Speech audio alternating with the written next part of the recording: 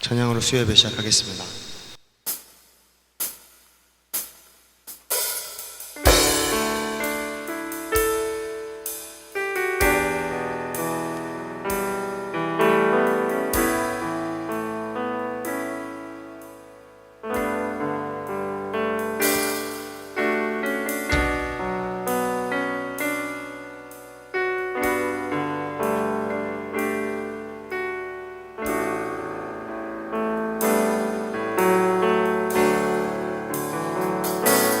주님이 더욱 필요해 이전보다. 내 입술의 말보다 더욱 표현할 수 없네. 주가 필요해.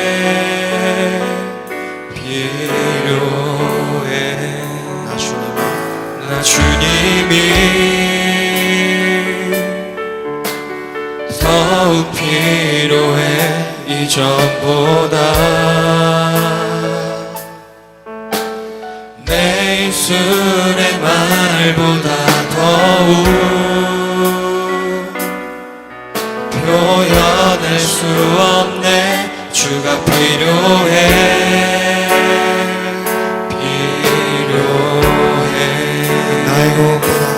나의 호흡보다, 나의 노래보다, 나의 생명보다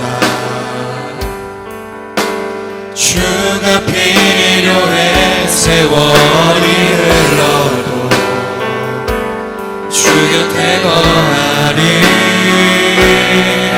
결코 돌아가지 않으리. 내 삶으로 나 주님이 더욱 필요해 이전보다. 내 입술의 말보다 더욱 표현할 수 없네. 주가 필요해.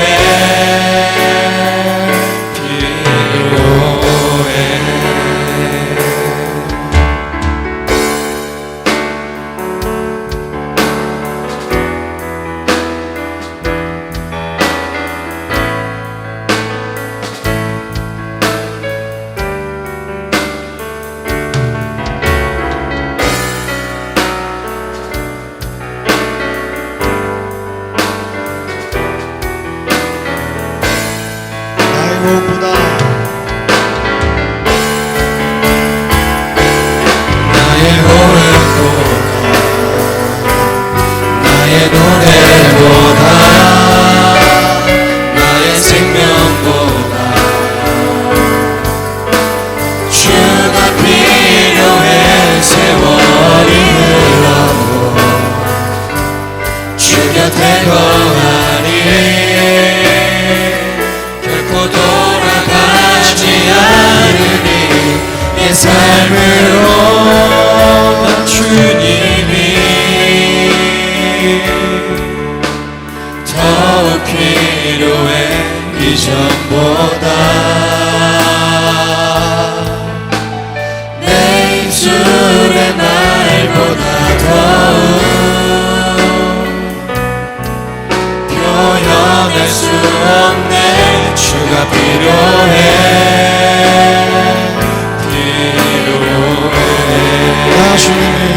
나 주님이 더욱 필요해 이전보다. 내 입술의 말보다 더욱 표현할 수 없네. 주가 필요해.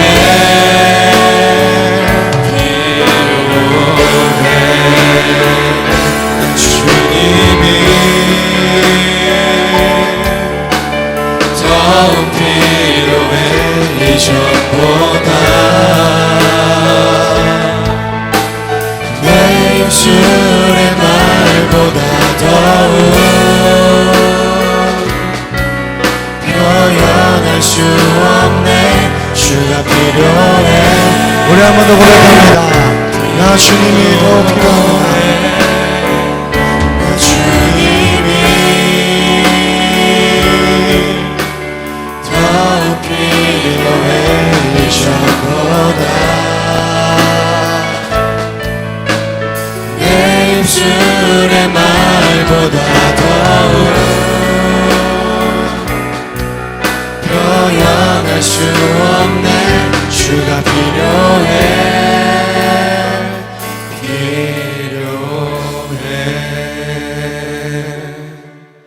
아멘.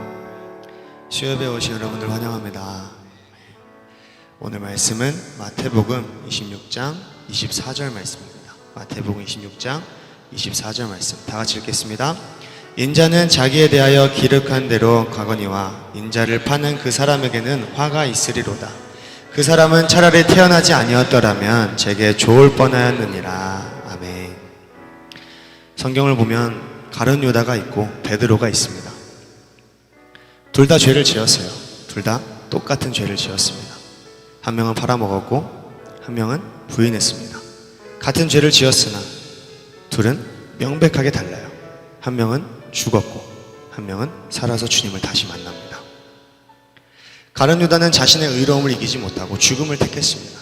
나는 절대 의로운 사람인데 내가 돈에 눈이 멀어서 내 스승을 팔아넘기다니. 나는 죽어 마땅하다고 판단을 내린 거죠. 반면 베드로는 예수님과 함께 했던 시간, 말씀의 가르침을 내가 한순간에 다 팔아넘기고 예수님을 부인했지만 겸손히 주님을 기다립니다. 주님 앞에 도저히 죄송스러워서 어떻게 할 수 없지만 나의 죄인됨을 인정하고 이런 나를 위해 죽으시고 부활하신 예수님을 간절하게 애절하게 기다리는 거죠. 어떤 게 더 큰 용기입니까? 어떤 게 더 겸손함입니까? 베드로가 훨씬 더 겸손한 사람입니다. 가룟 유다 보고 예수님은 너의 선택으로 너는 태어나지 말았어야 될 사람이었다고 말하고, 베드로는 주님께서 다시 찾아오셔서 나의 사명자가 되어라, 내 양을 쳐라, 내 양을 돌봐라, 내 양을 먹여라 그럽니다. 예수 믿는 사람은 절대 가룟 유다를 선택할 수 없어요. 유다가 아니라 베드로를 선택할 것입니다. 예수 믿는 사람은 어렵지만 힘들지만 자기가 죽을 것 같아도 온탕 비난이 쏟아져 와도 그것을 견디고 예수의 십자가 그 고난에 동참하고 내가 죽을지언정 내가 그리스도를 놓지 않고 주님의 부활에 동참하여 주님 만날 그날까지 기다려야 합니다. 가룟 유다가 왜 태어나지 말았어야 된다고 얘기하냐면 자기가 자기를 심판하는 심판자가 되었기 때문입니다. 그게 선악과죠. 마지막 죽는 순간까지 자신이 신이 되어서 하나님만이 주관하시는 생명과 죽음의 그 영역을 본인이 심판한 것입니다. 하나님이 언제 여러분 보고 죽으라고 그랬어요? 언제 여러분 보고 그 모든 것을 감당하라고 하셨습니까? 그 죄를 언제 여러분 보고 감당하라고 했어요? 성경 어디에요? 우리 보고 우리의 죄를 직접 감당하라고 하셨습니까? 예수 그리스도가 이 땅에 오신 이유는 나의 어마어마한 죄를 감당하시기 위해서 아니겠습니까? 잘 생각해 보세요. 이사야 53장 5절 말씀에 주님께서 그렇게 감당하신 것은 우리로 하여금 건강하고 안전하고 행복하게 살게 하려고 자기 아들이 죽으신 거란 말입니다. 근데 왜 네가 감당하느냐 그거야. 왜 너가 너를 심판하고 네가 왜 예수의 자리에 올라가느냐, 네가 왜 하나님 그 재판장 자리에 올라가냐 그 말입니다. 사람들이 자살해야겠다, 싸워야겠다, 성질 내야겠다, 욕심내야겠다, 가늠해야겠다, 내가 정욕을 부려야겠다, 음란해야겠다, 다 어디서 나오는 거예요? 마음에서 나오는 것입니다. 이것을 지키기 위해 우리에게 피할 길을 주시는 주님만을 의지하며 믿으며 그의 뜻대로 살다가 주님 만나야 된다는 거죠. 슬픈 마음 있는 자, 몸과 영혼 변든 자, 누구든지 나의 이름을 부르시라고 하시잖아요. 그 어떤 무엇이든 주님께서 감당하시겠다는 것입니다. 너가 하지 마라. 너의 생각이 아닌 나의 생각으로 살아라. 내가 해야 할 일을 중간에 가로채지 마라. 그렇게 말씀하시는 것입니다. 이 시대에 베드로가 되어 날마다 예수의 이름으로 승리하는 여러분과 제가 되기를 주님의 이름으로 축원합니다. 우리 함께 찬양하겠습니다. 이 시간 찬양하면서 귀한 헌금 드리는 시간 갖도록 하겠습니다.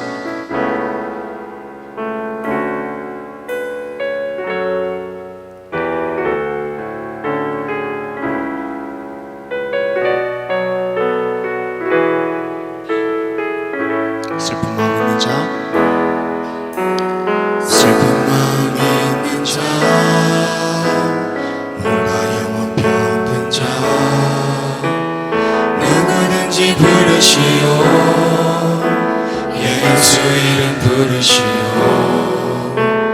그 이름을 믿는 자 그 이름을 부르는 자 그가 어떤 사람이든 그는 구원 얻으리 슬픈 마음 슬픈 마음 있는 자 몸과 영혼 병든 자 누구든지 부르시오 예수 이름 부르시오 그 이름을 믿는 자 그 이름을 부르는 자 그가 어떤 사람이든 그는 구원 얻으리 예수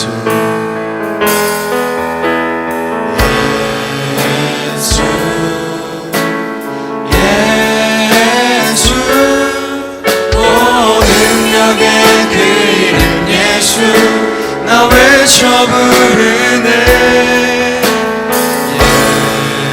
예수 예수 오 구원의 그 이름 예수 나 외쳐 부르네 예수 그리스도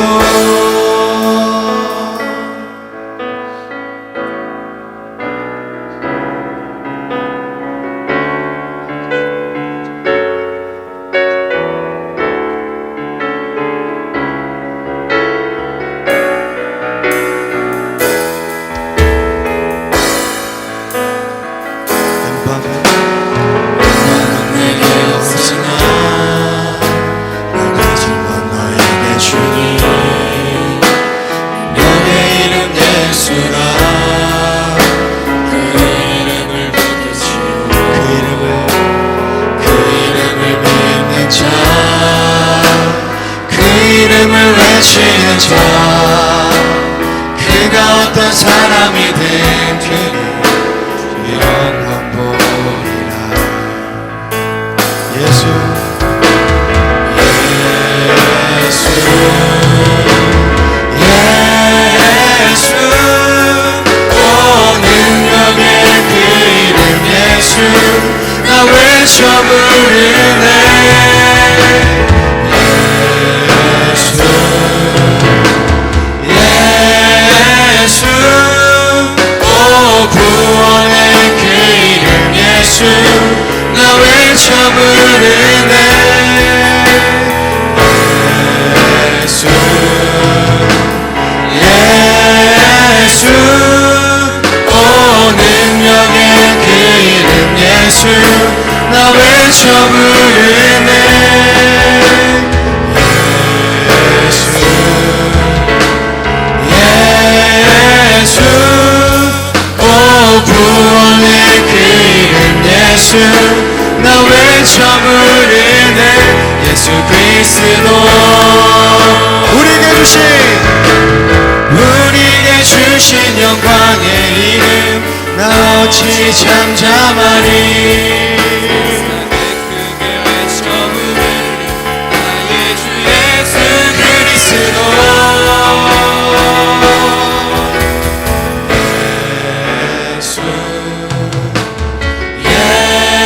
예수 오 능력의 그 이름 예수 나 외쳐 부르네 예수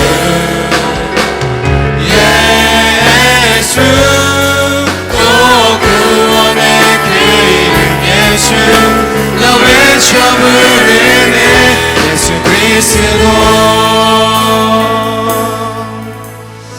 시작 기도하겠습니다. 주님 예배 가운데 함께 해주셔서 주님 예배 가운데 예수 그리스도의 이름을 가지고 우리가 날마다 승리할 수 있는 자들이 되게 해주셔서 그 예수 그리스도의 이름 그 말씀을 날마다 묵상하며 가지고 그걸 가지고서 주님 만날 그날까지 영적 싸움 승리할 수 있는 자들이 되게 하여 주시옵소서. 우리 시간 주여 세움으로 기도하겠습니다. 주여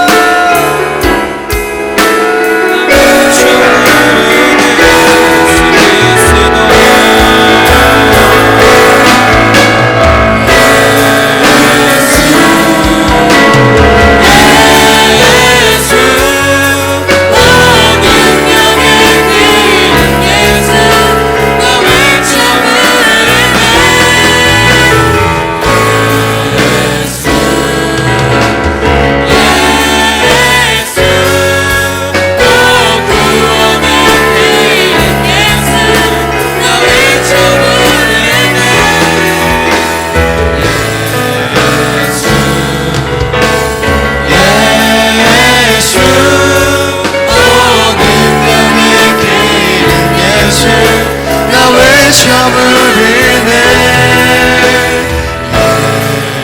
예수 예수 오 구원의 길은 예수 우리 한 번 더 고백하겠습니다. 예수 예수 예수 오 능력의 길은 예수 나 외쳐 부르네 예수 예수 오 구원의 길은 예수 나 외쳐 부르네 예수 그리스도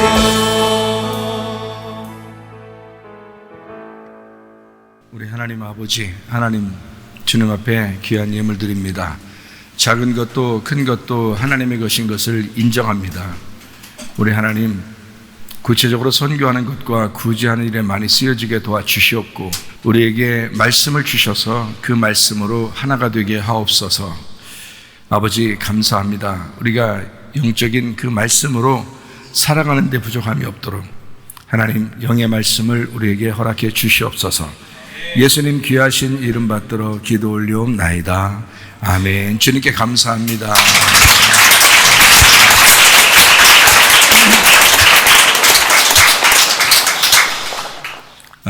이제도 계시고 또 전에도 계시고 또 장차 오시는 우리 예수님이시다. 그런 말씀인데요. 요한계시록 1장 4절, 8절, 18절의 말씀입니다. 일단 요한계시록 1장 4절, 8절을 한번 읽도록 하겠어요. 요한은 아시아에 있는 7교회에 편지하노니 이제도 계시고 전에도 계셨고 장차 오실 이와 그의 보좌 앞에 있는 7 영과 주 하나님이 이르시되 나는 알파와 오메가라 이제도 있고 전에도 있었고 장차 올 자요 전능한 자라 하시더라. 아멘. 여기에 보면 이제도 계시고 또 전에도 계셨고 또 장차 오실 이시다 그런 말씀을 하셨습니다. 그 이제라고 하는 건 지금을 말하는 거죠. 이제 지금 계신다 이런 말이니까 현재를 말합니다. 이제 전에도 계셨다 그 말은 옛날에 계셨다는 얘기죠. 옛날에 계셨다, 전에 있었다. 그러니까 그건 현재가 아니라 여기서는 미완료 능동태를 썼어요. 미완료 능동태라는 걸 여러분이 아시죠? 무슨 말이냐면 스스로를 말할 때는 능동태인데 미완료니까 계속 완료되지 않고 계속해서 이제 이루어지고 있다는 그런 얘기예요. 그러니까 전에 있었던 그 주님이 계속 지금까지도 계속 이제 되고 있다는 그런 미완료, 아직 완료가 되지 않고 계속 되고 있다. 이제 그런 이야기를 전에도 계셨다. 이렇게 얘기하는 거예요. 한번 끝났다. 옛날 있었어. 그리고 그거로 끝이야. 이게 아니라 미완료를 썼다고요. 계속해서 지금까지 있는데 그를 전에도 계신 그 예수님이야. 지금까지 같이 오는 그런 예수님인데 지금도 있는 예수님이야. 이제 이런 거죠. 이제도 있고 또 전에도 계셨고 또 장차 올 자라 그러면 여러분이 생각할 때 어때요? 미래를 말해야 되겠죠. 장차 오신다 이러니까. 근데 현재입니다. 이게 또 현재예요. 그러니까 지금 오신다 이 말이거든요. 그러니까 장차가 나중을 얘기하는 게 아니고 지금 오신다 이 말이에요. 예. 그러니까 우리가 이제 요한계시록을 보면서 요한계시록은 먼 미래의 이야기가 아니라는 것을 우리가 좀 생각하고 봐야 되겠죠.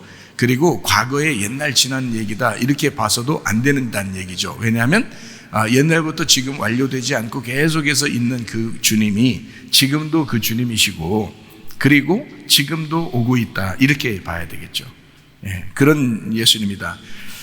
다시 말하면 이제도 있고 전에도 있었고 장차 오실 이시다. 요거를 다른 말로 말하면 로고스 말씀이 이제도 있고 그리고 로고스 말씀이 광야에도 있었고 예전이니까 그리고 그 광야에 계시던 그 로고스 말씀이 지금 우리에게도 함께 있잖아요.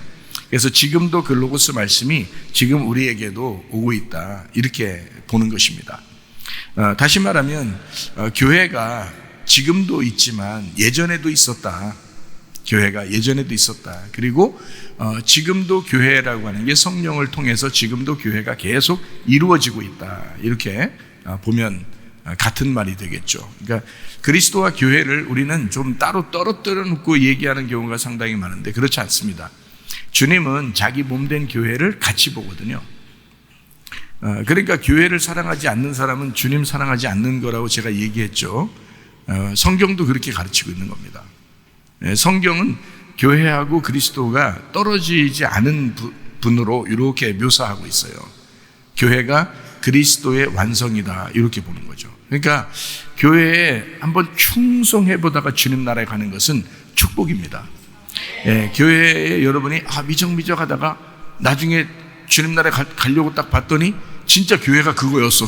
진짜 주님의 몸이었고 교회가 그렇게 중요한 거였고 교회가 예수님이었어. 그거를 그때 가서 알면요, 그건 완전히 헛된 인생 살잖아요. 그거 너무 손해보는 인생 사는 거잖아요. 그렇죠? 그러니까 교회가 진짜 예수님이었어라는 걸 성경은 가르치고 있는데 사람들은 그거를 이제 뭐 교회 그러면 예수님을 중요하게 생각하지, 교회 그러면 뭐 별로 이렇게 중요하게 생각하지 않는 사람들이 꽤 많아요. 꽤 부리는 사람들이 꽤 많아요. 이제도 계시고 전에도 계셨고 장차 오실 이다 이렇게 얘기를 하니까 요거를 갖다가 이제 어떻게 표현을 할 수 있냐면 삼위일체 하나님이다 이렇게도 표현할 수 있겠죠.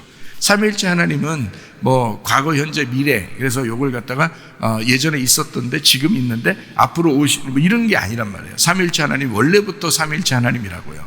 원래부터 그냥 존재란 말이에요. 그 삼위일체 하나님 이렇게 볼 수 있죠. 이걸 이제 다른 말로 말하면 영의 하나님이다 이렇게 볼 수 있죠. 영의 하나님이다. 삼위일체 하나님은 영으로서밖에 설명이 안 돼요. 몸이 있는 것으로 뭐 이렇게 보이는 물체로 이런 걸로 설명이 안 돼요.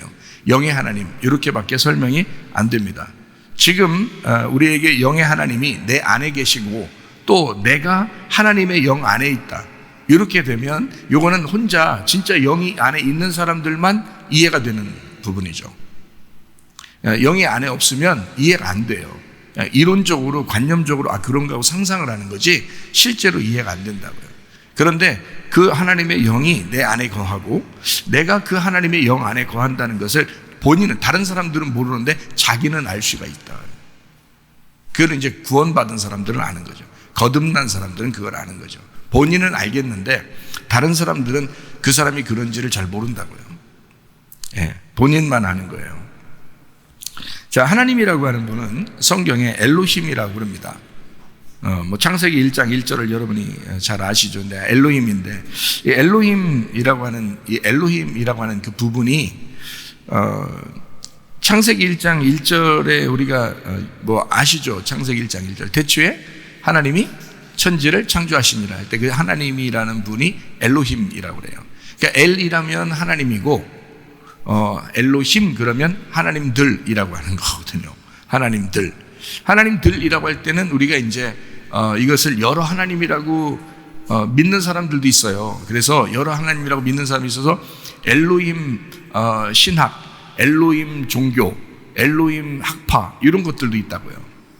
그러니까 엘로힘이라고 여러 하나님, 여러 신들을 이제 믿는 그런 종교들도 있다고요. 그런 정도면 이 엘로힘이라는 단어를 그렇게 보고 있다는 거죠. 사람들이 많이 보고 있다는 겁니다. 그렇게. 근데 우리는 이제 엘로힘 그러면 한 분 하나님을 생각하지만 사실은 엘로힘이라는 단어 자체가 한 분 하나님이 아니라 복수, 여러의 하나님을 하나로 본 거예요. 그러면 우리는 여러의 하나님을 하나로 봤다라는 말을 우리는 성경에서 어떻게 볼 수 있어요? 삼위일체 하나님이다. 이렇게 일단은 그렇게 봐야 되겠죠. 일단은 하나님, 삼위일체 하나님이다. 이렇게 봐야 되겠죠. 근데 그 엘로힘이라고 하는 그 하나님이 천지를 창조하셨다라고 이렇게 했을 때 이거를 요한계시록까지 쭉 이게 보면 그 하나님이 사실은 어떤 하나님이라고 우리가 봐야 될까요? 그냥 하나님, 삼위일체 하나님만 봐야 될까요? 그럼 아니면 어떻게 봐야 돼요? 아니라면 어떻게 봐야 돼요? 삼위일체 하나님이 아니면 어떻게 봐야 돼요? 하나님들이라고 봐야 돼요? 요한계시록까지를 다 보면 우리는 이제 이 엘로힘 하나님이 일부러 자기를 엘로힘 하나님으로 이제 썼을 때는 우리하고 같이 있는 하나님이라고 표현하기 위해서 그런 거예요. 그러니까 우리도 그 하나님의 범주 안에 같이 표현하려고 일부러 우리 하나님, 같이 우리들이 하나님이야 라고 표현하려고 그렇게 한 거예요. 그러니까 쉽게 얘기해서 요한계시록까지를 보면 교회라고 하는 신부가 나오죠. 그러니까 신랑이신 하나님이 교회라는 신부하고 같이 우리는 하나야 라고 하면 교회가 한 사람이지만 여럿이잖아요.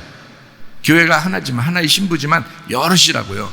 여럿인 우리 모두 다 교회고 하나의 신부죠. 그러니까 우리 모두를 다 포함하면 다 어떻게 해야 돼요? 하나라고 표현해야 돼요? 여럿이라고 표현해야 돼요? 여럿이라고 표현해야 돼. 하나님은 원래부터 우리를 같이 다 그 엘로힘의 그 범주 안에서 같이 하나님이 보신 거라고요. 우리가 우리 입장에서 우리 하나 엘로힘이야, 우리도 하나님이라고 해, 이렇게 하면 이제 진짜 싸가지 없는 거고요. 그렇게 말하면 안 되지. 우리 보고 그렇게 말하라고 그렇게 표현한 게 아니고 하나님 입장에서 우리를 그렇게 받아들이고 얘기한 거란 말이죠. 하나님 입장에서 우리를 너희들도 나와 같은 범주 안에서 우리야 라고 표현을 하고 싶어서 그런 거지. 하나님이 그거를 엘로힘 이렇게 표현한 것입니다. 다시 말하면 엘로힘이라고 하면 하나가 아니거든요. 그러니까 이거를 뭘로 표현할 수 있냐면 그리스도와 교회라고 표현할 수 있는 거예요. 그리스도와 교회라고. 그러면 이제 다른 말로 말하면 교회와 성령이라고 표현할 수가 있겠죠. 교회와 성령 이렇게 표현할 수 있어요.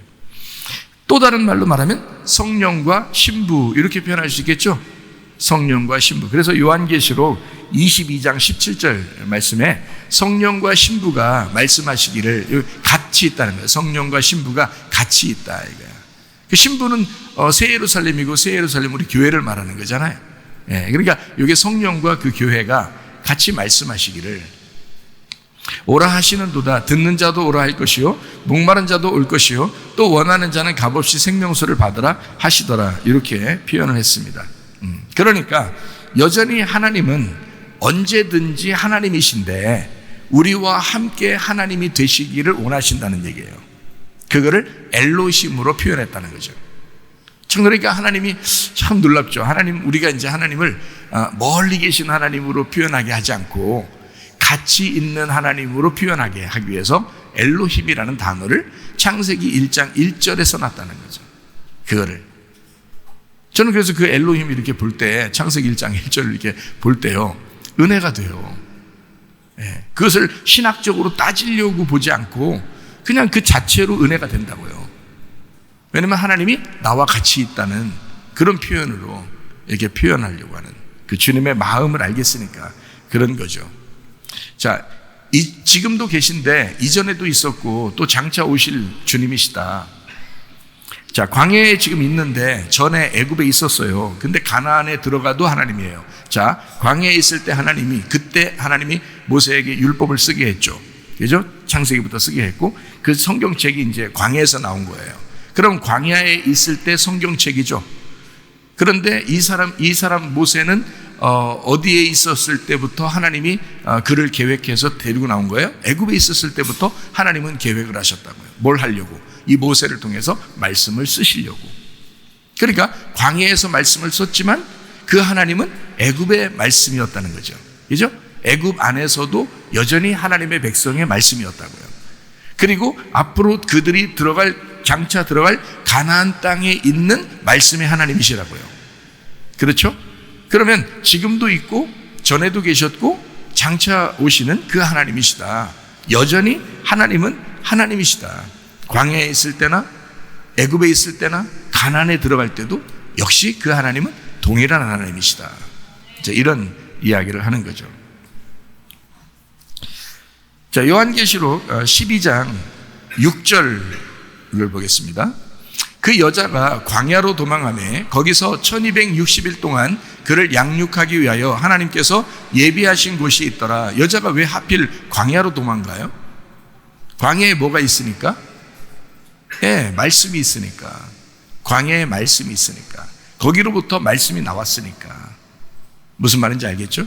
거기로부터 말씀이 나왔으니까 그 광야로 도망간다. 이렇게 되어 있습니다. 이 광야가 14절도 한번 보겠어요. 그 여자가 큰 독수리의 두 날개를 받아 광야 자기 곳으로 날아가 거기서 그 뱀의 낯을 피하여 한때와 두때와 반때를 양육받았다. 광야에서 양육받았다. 뭘로 양육받았겠어요? 예, 말씀으로. 두 날개로 양육을 받았다. 이렇게 볼 수 있죠. 다시 말하면 두 말씀으로 양육을 받았다. 이렇게 볼 수 있죠. 여러분 성경이 다 두 말씀으로 되어 있는 거 아시죠? 우리 교회에서 많이 가르쳐서 성경은 두 말씀으로 되어 있단 말이에요. 두 날개를 받아 말씀을 양육받았다. 이렇게 나와 있죠. 17장 3절에도 그 성령으로 나를 데리고 광야로가 아니라 내가 보니 여자가 붉은빛 짐승을 탔는데 그 짐승의 몸에 하나님을 모독하는 이름들이 가득하고 일곱 머리에 열 뿔이 있으며 이렇게 돼 있어요.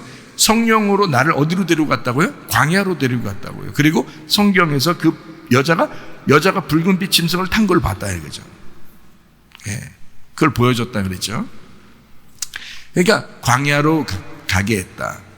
광야에서는 말씀으로 양육받는 곳이다. 근데 음녀는 거기에 가보니까 음녀가 붉은빛 짐승을 탔다. 그리고 하나님을 이렇게 모독하는 말들을 쓴 짐승을 탔더라. 이렇게 이야기를 했습니다. 그 광야라고 하는 것이요, 두 가지 의미를 갖습니다. 어떤 의미를 갖냐면 하나는 장소적인 의미가 있고 하나는 상태적인 의미가 있어요. 장소적인 의미를 보면 진짜 광야를 말하는 겁니다. 광야라고 하는 곳, 진짜 광야에 가면 보이는 그 광야 같은 막 골짜기가 있고 이런 곳을 얘기하는 그 장소적인 부분이 있고, 아니면 우리 마음 안에 상태를 말하는 광야 같은 마음, 이런 상태를 얘기하는 그런 경우도 있어요. 광야라고 하는 에레모스라고 하는 이 단어가 있는데, 이 에레모스라는 단어를 같이 이렇게 썼어요. 이 에레모스라는 단어가 어떤 단어냐면 고독한이라는 단어예요. 광야라는 이 에레모스가 고독한, 버려진, 황량한, 외로운, 한적한 곳, 이것을 에레모스라고 그러는데, 그 장소적으로 말씀이 있는 곳 이렇게 표현할 수도 있어요. 그러니까 광야에 나가면 하나님의 음성이 들린다, 말씀이 들린다. 미드바르라는 그 광야에 가면 다바르라는 말씀의 장소다. 그 말씀이 있는 장소, 미드바르, 광야. 이렇게 히브리 말로는 미드바르 이렇게 말하거든요. 근데 이 신약 헬라어로서는 이제 에레모스라고 그래요. 이 에레모스는 한적하고 외롭고 고독스럽고 고독하고 황량하고 버려진 이런, 뭔가 여러분이 느낌이 어때요?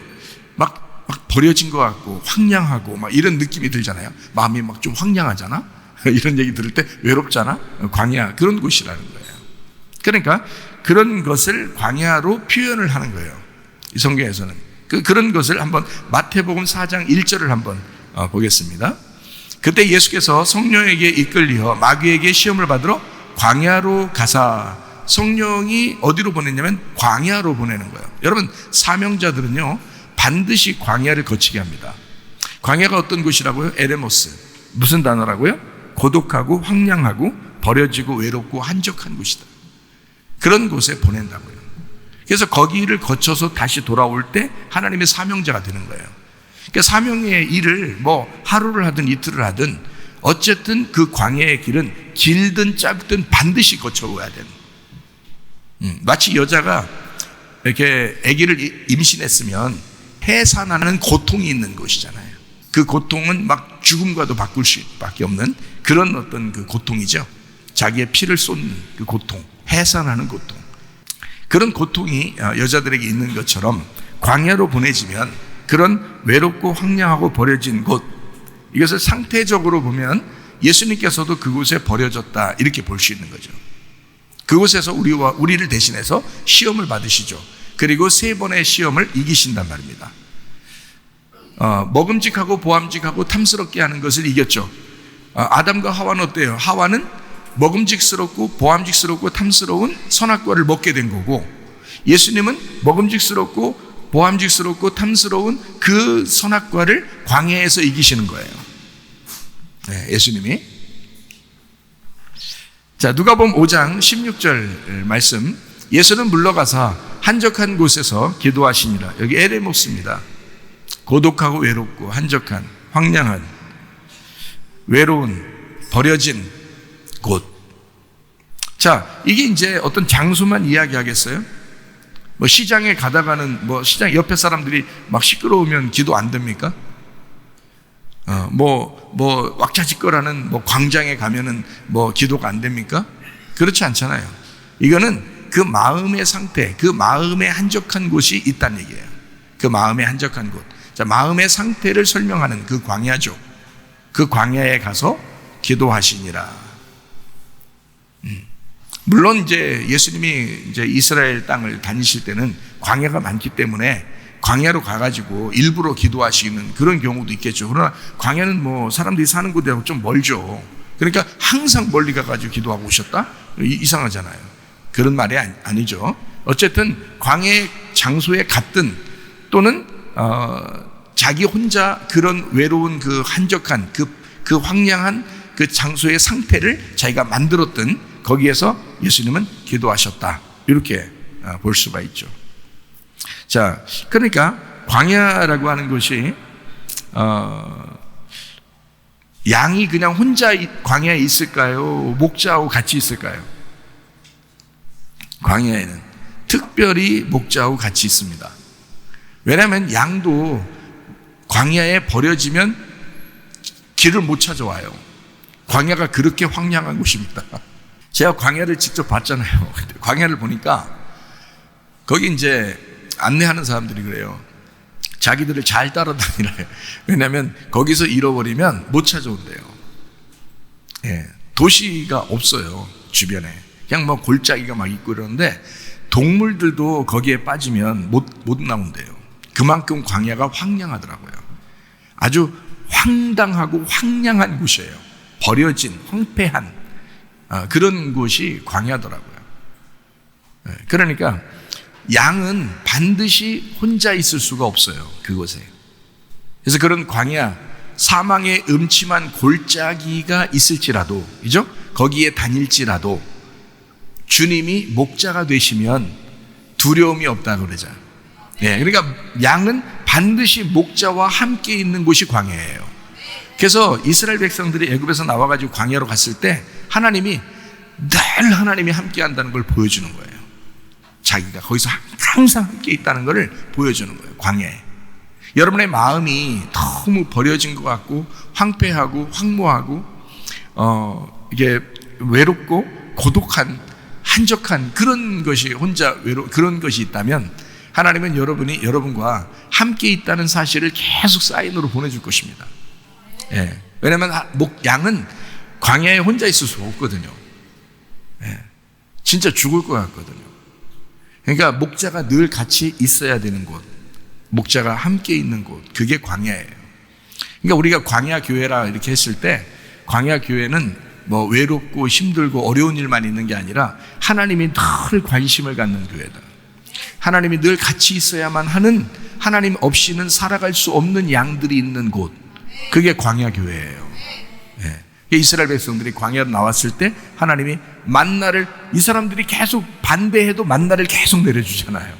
이스라엘 백성들이 반대를 얼마나 많이 했겠어요. 반대 너무 많이 했다고 그러잖아요. 반역을 하고 그랬잖아요. 근데 하나님은 그날에도 계속 만나를 내려줘요. 하나님이 함께 하신다는 것을 보여줘야지만이 살아갈 수 있는, 한순간도 하나님이 함께 하지 않으면 살아갈 수 없는 것이 바로 광야입니다. 예. 그러니까 예수님과 내가 함께 있는 곳, 그게 광야라고 하는 것이에요. 예수님 우리를 버리지 않았습니다. 반드시 우리와 함께 하십니다. 예. 하나님이 여러분을 일부러 막 버려놓고 그런 것처럼 보이는 거지, 훈련하느라고, 우리를 훈련하느라고 그런 것처럼 보이는 거지, 예, 그렇게 우리를 버리지 않습니다. 오히려 더 사망의 음침한 골짜기를 다닐지라도 주께서 나와 함께 하신다는 것, 이거는 주님이 우리의 목자가 되시기 때문입니다. 그러니까 우리가 상태적인 마음의 광야를 살아가고 있다고 할지라도 우리 하나님이 우리 광야의 주인이시면 거기도 역시 천국이 된다, 그 말입니다. 목자와 양이 함께 있으면 양 입장에서는요, 그게 천국이에요. 목자가 없는 것처럼 느껴지면 지옥이지만 목자가 양과 같이 있다 그러면 만약에 광야에 같이 있다 할지라도 그것은 천국이 된다, 이 말입니다. 여호수아와 갈렙은 그거를 분명히 아는 사람이었어요. 그래서 애굽에서 탈출할 때부터 이 사람들은 광야에서 40년 동안 똑같이 다른 사람과 같이 지냈지만, 그러나 그 40년 동안 한 번도 하나님을 잊어본 적이 없고, 한 번도 하나님이 자기의 목자라는 사실을 기억에서 지워본 적이 없어요. 이 사람들은, 이 두 사람은 늘 자기들과 함께 있다라고 그들은 생각했어요. 그리고 가나안 땅으로 자기들을 인도할 것이다 라고, 여기에 있는 하나님이, 애굽에서 우리를 출발시켰던 하나님, 그 하나님이 우리를 가나안 땅으로 계속 인도하고 계실 것이다 라고 그들은 끝까지 믿었습니다. 그 믿음을 잃지 않았던 여호수아와 갈렙은 가나안 땅을 차지하게 됐죠.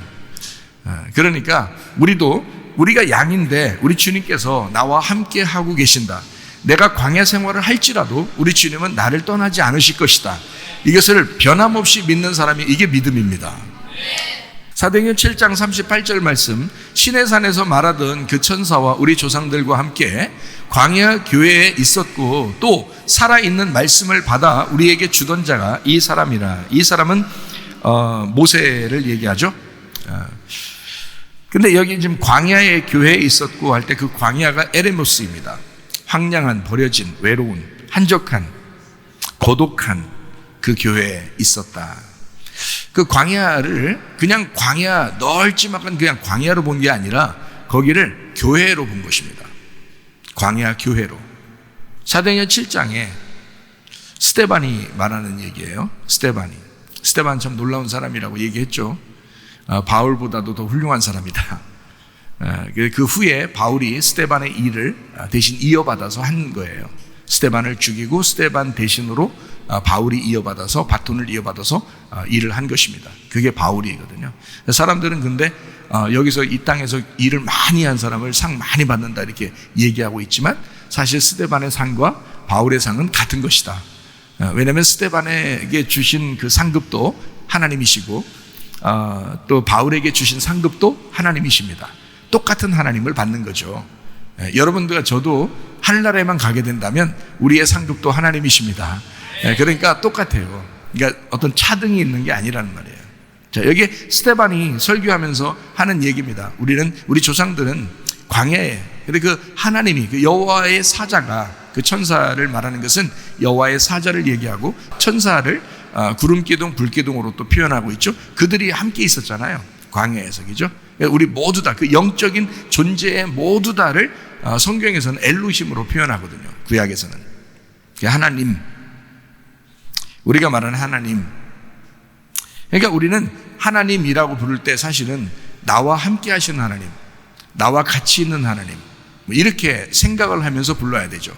그냥 하나님, 그럼 멀리 계신 저 하나님, 한 분 계신 하나님, 그런 얘기가 아니에요. 그러니까 우리와 같이 있는 하나님이다, 이렇게 표현해야 맞는 얘기죠. 무슨 말인지 아시겠죠? 그 광야에 사는 사람들은, 특별히 광야 교회 조리가, 근데 그 광야에 사는 사람들은 나의 오름이라고 하는 것을 자꾸 내려놔야 합니다. 그게 겸손한 거예요.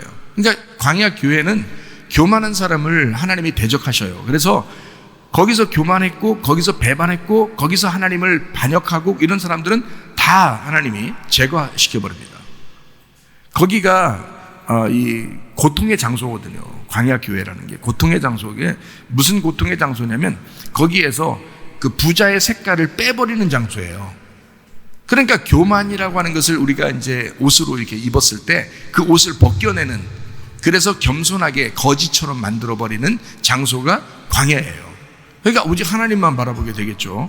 이제 그렇게 만드는 것이 광야이기 때문에 광야에서는 나의 오름을 내려놓고 하나님의 오름으로 살아가야 되는 곳, 이게 바로 광야입니다. 자, 하나님이 그래서 왜 우리를 광야에다 이렇게 집어넣냐면, 광야는 어떤 우리에게 보여지는 시스템으로 하려고 한 게 아니고, 하나님은 그 속에서 그 광야라는 그 엄청난 그 고난과 외로움과 한적한, 황량한, 그리고 막 무섭고 이런 곳에다 이게 집어넣는 것은 하나님을 찾으라는 거거든요. 하나님을. 그래서 시편 51편 16절 17절을 말씀해 보면, 주께서는 제사를 기뻐하지 아니하시나니 그렇지 아니하면 내가 드렸을 것이라. 주는 번제를 기뻐하지 아니하시다. 하나님께서 구하시는 제사는 상한 심령이라. 하나님이여 상하고 통회하는 마음을 주께서 멸시하지 아니하시리이다. 하나님은 그냥 상한 심령 그걸 좋아한대요.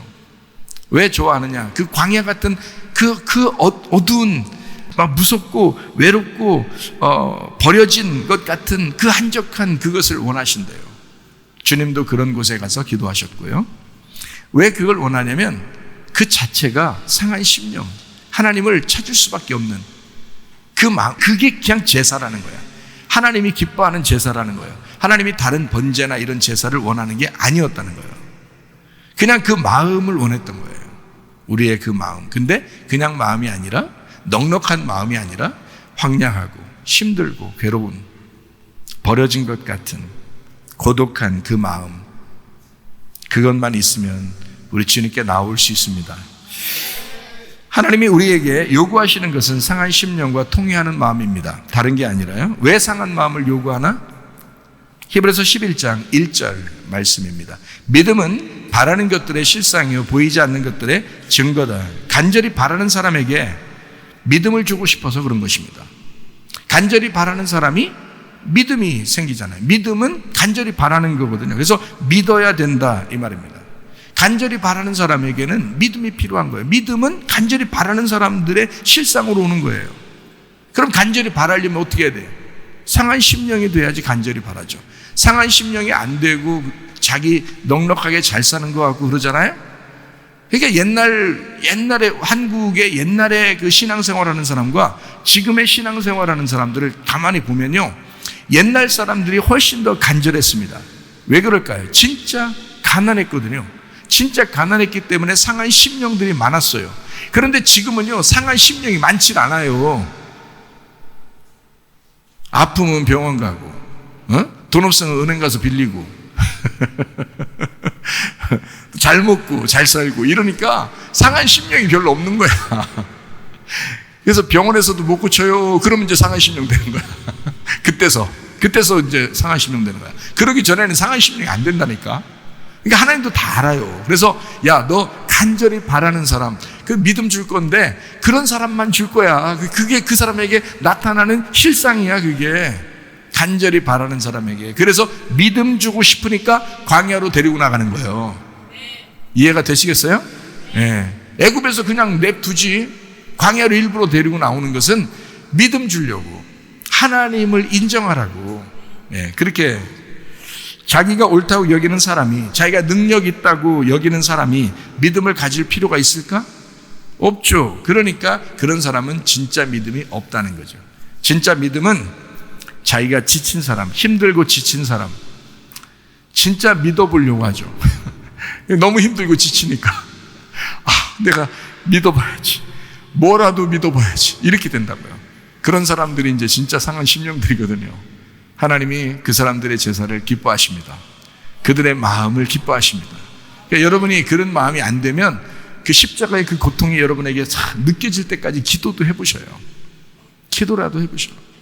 그게 잘 안 느껴지거든요.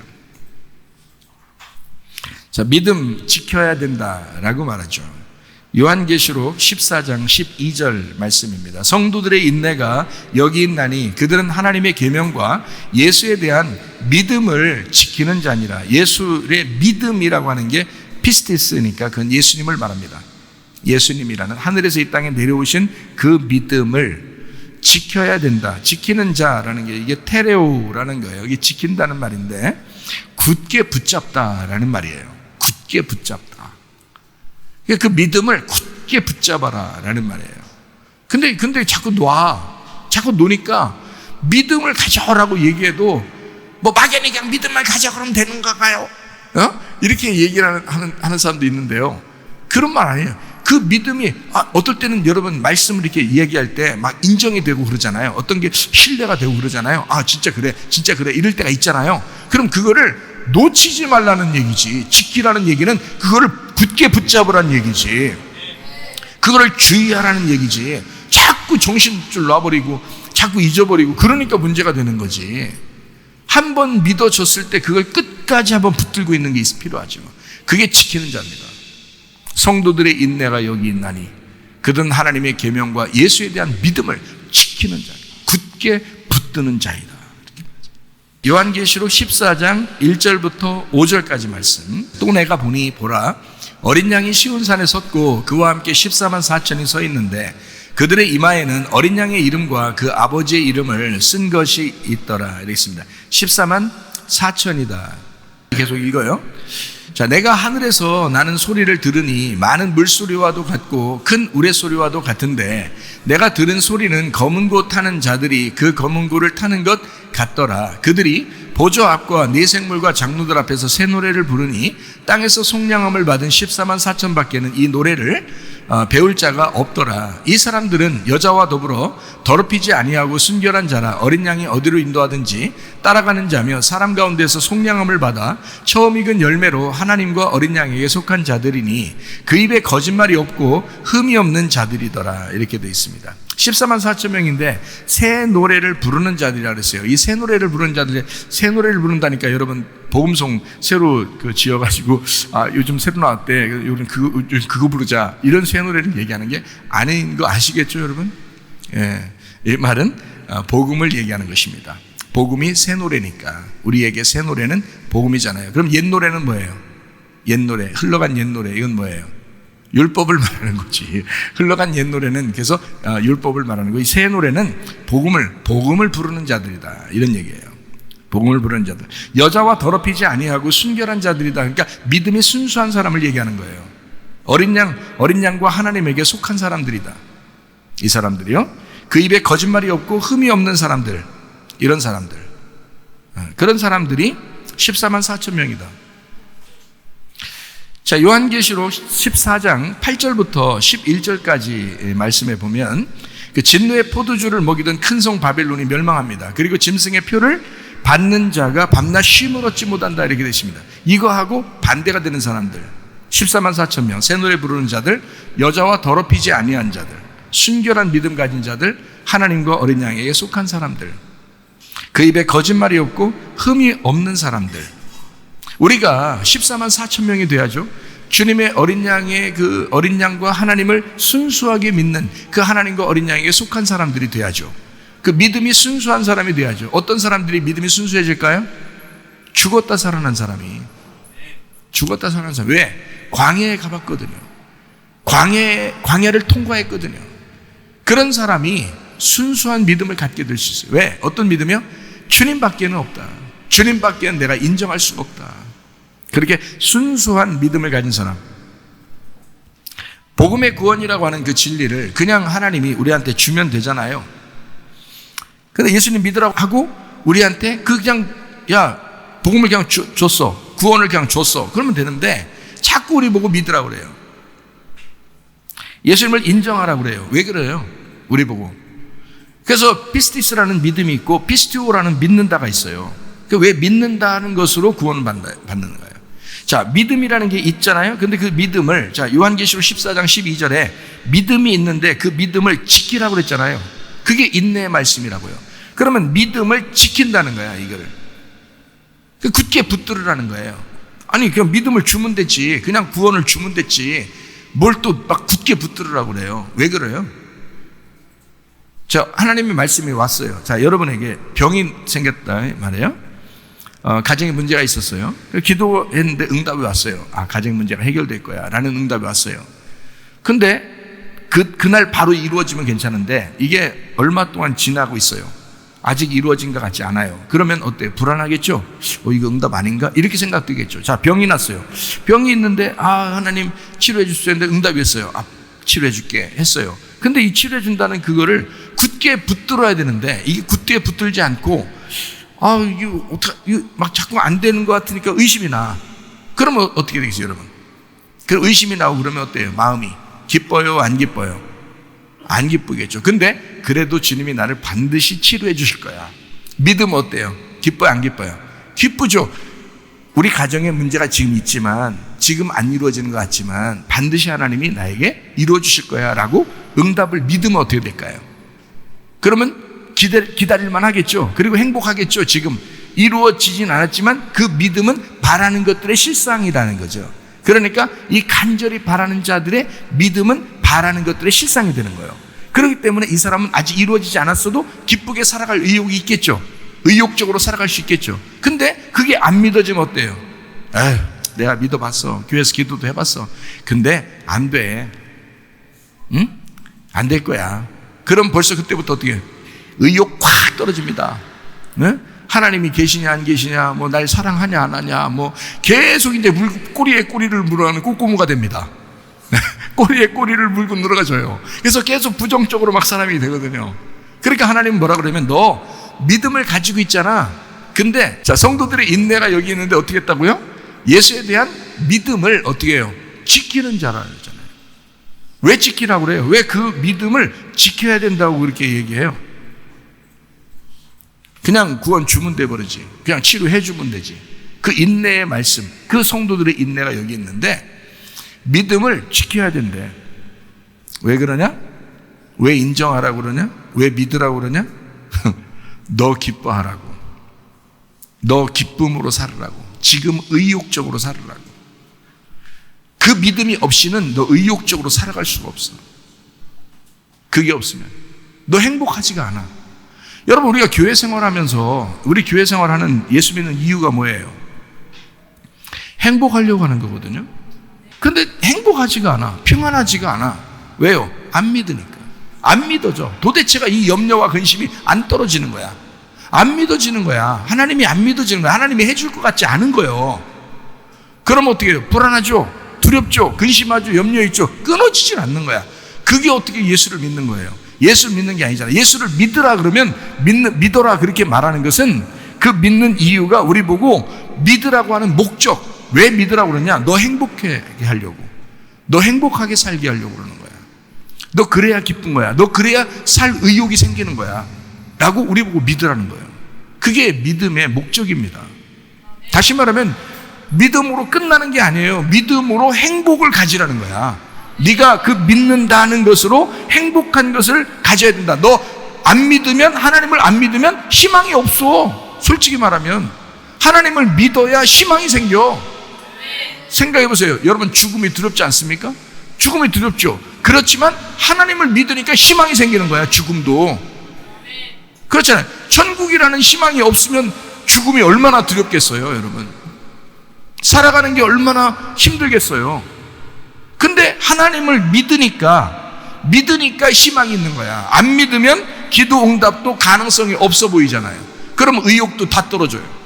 하나님 안 계신 것 같고, 있어도 자기를 안 사랑하는 것 같죠. 어떻게 살겠어요? 무슨 의욕으로 살겠어요? 무슨 희망으로 살겠어요? 안 되죠. 진리를 전하는 과정이 우리에게 구원의 천국을 주는 것이라면, 진리의 목적은 뭐냐면 행복한 천국을 주고 싶어서 그런 거예요. 그러니까 우리를 어떤 사람들 보면 구원받으면 됐지, 그리고 나 어느 날 천국 가면 됐지, 이렇게 생각한다고요. 그러면 지금 너 생활하는 교회 생활, 지금 너 죽을 때까지 이 생활은 뭐 할 건데? 어떻게 할 건데? 너 안 행복해도 돼? 아이, 괜찮아. 나 구원 받았으니까 어느 날 천국만 가면 되지 뭐. 지금은 불행해도 하나님 오늘 날 천국 데려갈 거야. 그게 무슨 교회 생활이에요? 그게 하나님이 우리의 주인 되시는, 그게 우리 하나님이 왕이 되시는 그런 교회 생활인가요? 말이 안 되죠. 내게 하나님께서 진리를 주셨다면, 내게 하나님께서 구원을 주신 거라면, 그것은 구원이 어느 날 가는 천국을 주시려고 한 것이냐? 아니라는 거죠. 지금 내게 자유와 행복을 주시려고 진리를 준 거죠. 내게 자유하게 하려고. 자유해야 평안하니까. 막 억압당하면 평안하지 않죠. 불안하죠. 두렵고. 그런데 자유하니까 평안하죠. 행복하잖아요. 그 행복하게 살려고 진리를 주는 거예요. 여러분에게 진리를 끊임없이 이야기하는 이유가 여러분에게 자유를 주려고요. 여러분에게 행복하게 하려고요. 천국을 어느 날 가서 받는 게 아니라 지금도 천국이 되셔야 하니까 그렇게 말하는 거거든요. 그래서 요한복음 8장 32절의 말씀, 진리를 알지니 진리가 너희를 자유롭게 하리라. 요한복음에 보면요, 요한복음엔 진리를 자꾸 얘기해요, 예수님이. 그래서 요한복음에 진리라는 말이 굉장히 많이 나오는 거예요. 요한복음에 예수님이 주는 진리. 자, 다른 사람들도 진리에 대한 이야기를 참되다, 진리 뭐 이런 얘기들을 이제 언급을 해요. 언급을. 그런데요, 요한복음에서 예수님이 참된 진리를 설명하는 거예요. 참된 진리를. 그러니까 이런 말 있죠. 진짜 참기름. 이런 말 있죠. 진짜 참기름. 이런 말 있죠. 이게 참기름인데, 그게 참기름인데, 하도 가짜들이 많으니까, 가짜 참기름들이 많으니까, 이제 이건 진짜 참기름이에요. 원래 참기름이 진짜 기름이라는 말이거든요. 참기름이야. 근데 요거를 하도 가짜가 많으니까 진짜 참기름 이렇게 써놨더라고. 어디 가보니까 시장에 진짜 참기름 이렇게. 예수님이 진리를 말할 때는 이건 진짜 참기름이에요. 진짜 진리를 알고 얘기하는 거죠. 진리가 뭔지를 알레테이아, 감추어지지 않고 드러난 예수님, 자기 자신을 소개하는 거예요. 요한복음에 와서. 그래서 요한복음에 와서 예수님이 자기를 소개하는 이유가 있어요. 왜 그러냐? 자유 주려고 그러는 거예요. 진리가 와야 자유하니까. 요한복음 14장 6절 말씀에 보면 이렇게 이야기하죠. 예수께서 이르시되 내가 곧 길이요 진리요 생명이니 나로 말미암지 않고는 아버지께로 올 자가 없느니라. 자기가 진리래요. 자기 자신이 길이요 진리요 생명이다. 이렇게. 그러니까 죽어야 할 예수님을 의미하는 거죠. 그 진리라는 게. 그래서 드러나는 복음, 죽어야 드러나는 복음, 그걸 진리라고 그렇게 말하는 거예요. 그걸 우리는 이제 아는 거고요. 마태복음 7장 21절 말씀입니다. 나더러 주여 주여 하는 자마다 다 천국에 들어갈 것이 아니요 다만 하늘에 계신 내 아버지의 뜻대로 행하는 자라야 들어가리라 이랬습니다. 아버지의 뜻이 내 뜻이 되면 행복입니다. 누가복음 22장 42절 말씀이요. 이르시되 아버지여 만일 아버지의 뜻이거든 이 잔을 내게서 옮기시옵소서. 그러나 내 원대로 마옵시고 아버지의 원대로 되기를 원하나이다. 내 뜻이 아버지의 뜻이 되기만 하면 행복합니다. 그러니까 자, 아버지 뜻이 내 뜻이 되면 행복이죠. 그게 그 자체가 행복이라고요. 근데 내 뜻이 아버지의 뜻이 되기만 하면 이건 행복하다고요. 우리는 사실 행복하려고 교회 나온 거예요. 행복하려고 예수 믿은 겁니다.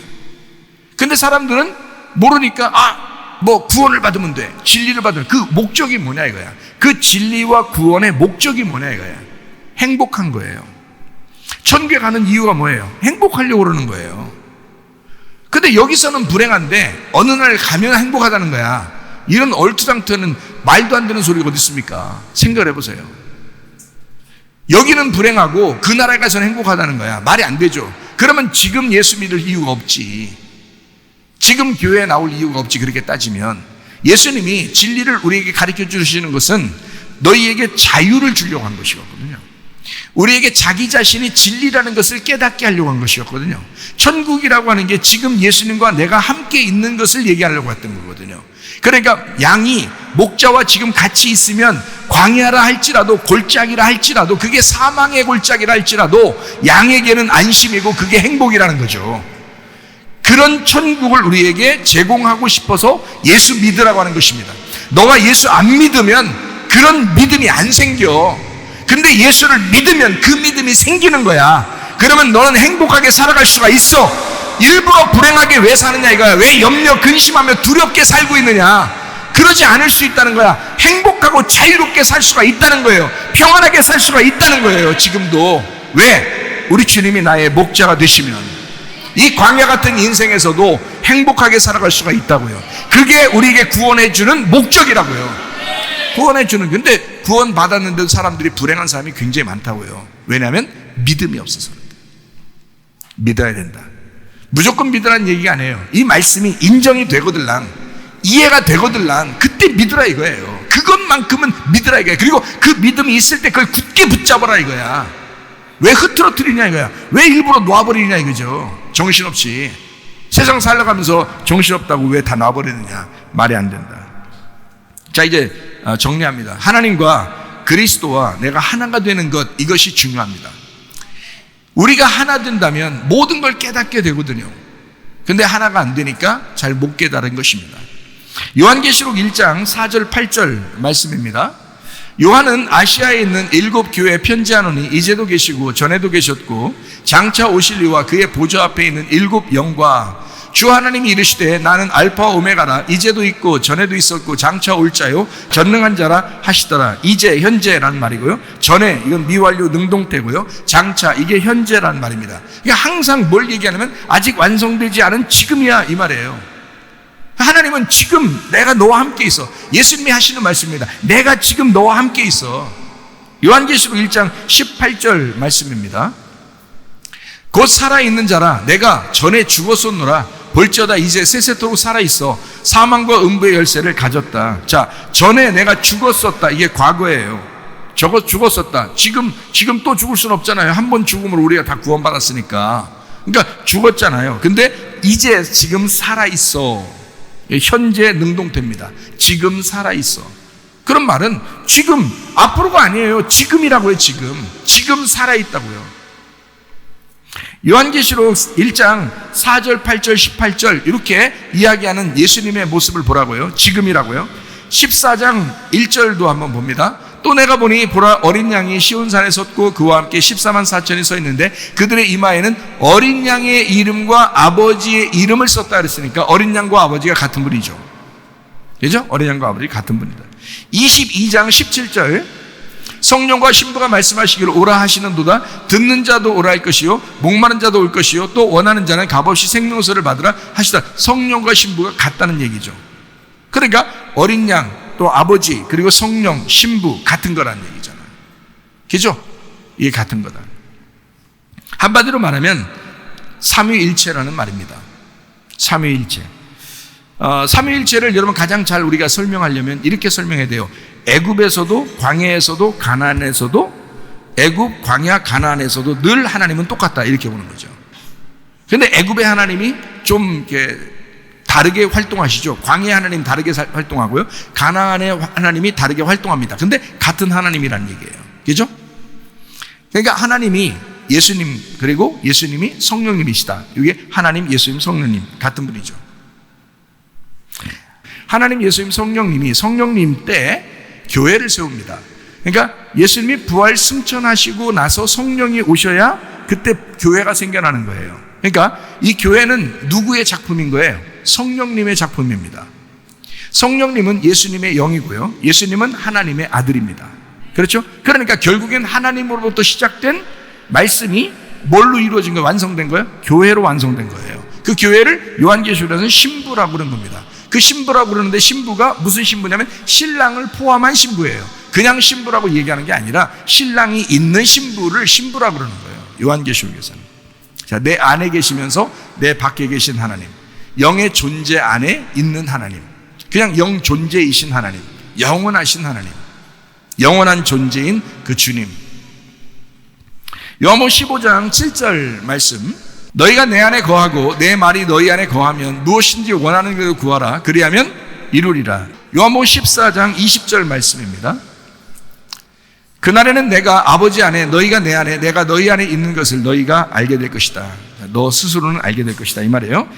27절, 평안을 너희에게 끼치노니 곧 나의 평안을 너희에게 주노라. 내가 너희에게 주는 것은 세상이 주는 것과 같이 아니하니라. 너희는 마음에 근심하지도 말고 두려워하지도 마라. 뭐가 있다는 얘기예요? 평안이 왔다는 얘기는 뭐예요? 싸움이란 전쟁이 끝났다는 얘기입니다.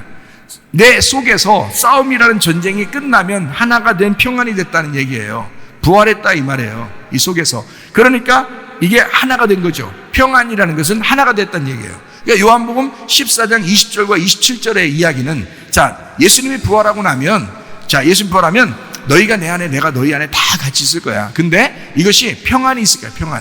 평화로울 거야. 전쟁이 이루어지지 않을 거야. 그러니까 불안하지 않죠. 막 염려하고 근심 이런 게 안 나타나죠. 두려워하지 않죠. 왜냐하면 예수님이 평안이 되시니까, 영이 되시니까, 영이 내 안에 거하셔서 이게 하나가 됐으니까. 자, 요한계시록 3장 13절 말씀입니다.